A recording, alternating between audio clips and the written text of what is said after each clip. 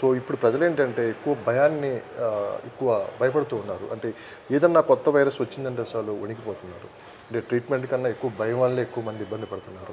So మీరేం చెప్తారు sir వాళ్ళకి? అదే ఈ వైరస్కి భయపడాల్సిన విషయం లేదు. కాకపోతే ఏ రకమైన వైరస్లు ఎస్పెషల్లీ రెస్పిరేటరీ వైరసెస్ వచ్చినప్పుడు కొన్ని రకాల ప్రజలు అంటే చిన్నపిల్లలు కానివ్వండి, లేకపోతే వయసు మళ్ళిన పెద్దవాళ్ళు కానివ్వండి, అబౌవ్ 65 ఇయర్స్, ప్రెగ్నెంట్ లేడీస్ కానివ్వండి, లేకపోతే కొన్ని రకాల రుగ్మతలు ఉండి అంటే కోమార్బిడిటీస్ ఉంటాయి కదా, అంటే డయాబెటీస్ కావచ్చు, లివర్ ప్రాబ్లమ్స్ కావచ్చు, లేకపోతే కిడ్నీ ప్రాబ్లమ్స్ కావచ్చు, branchial Asma, COPD, smokers, alcohol, ఇటువంటి వాళ్ళలో ఇమ్యూనిటీ తక్కువ ఉంటుంది కాబట్టి వీళ్ళు జాగ్రత్తగా ఉండాల్సిన అవసరం అయితే ఉంది.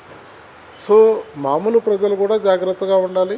మనం పాటించాల్సింది ఏంటి, లక్షణాలు ఉన్నవాళ్ళు జనాల్లోకి పోవద్దు. వాళ్ళంతటా వాళ్ళు సెల్ఫ్గా ఐసోలేట్ అయిపోవాలి. తర్వాత మనం ఇదివరకు కోవిడ్లో పాటించిన విధంగానే హ్యాండ్ హైజీన్ అనేది చాలా ఇంపార్టెంట్. ఈ వైరస్ హ్యాండ్ నుంచి కూడా మనకు స్ప్రెడ్ అవుతుంది.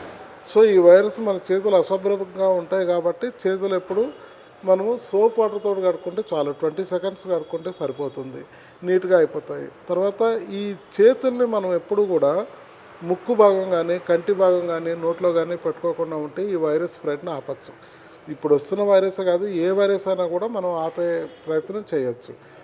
దీంతో పాటుగా మనకు కొంచెం ఈ జనసమర్థాలు ఉన్న ఏరియాస్లో అనవసరంగా పోకుండా ఉంటే, ఎస్పెషల్లీ ఈ రిస్క్ గ్రూప్ ఉన్న వాళ్ళు, ఇందాక నేను చెప్పినట్టు పసిపిల్లలు కానివ్వండి, పెద్దవాళ్ళు కానివ్వండి, ప్రెగ్నెంట్ లేడీస్ కానీ కొంచెం జాగ్రత్తగా ఉంటే సరిపోతుంది.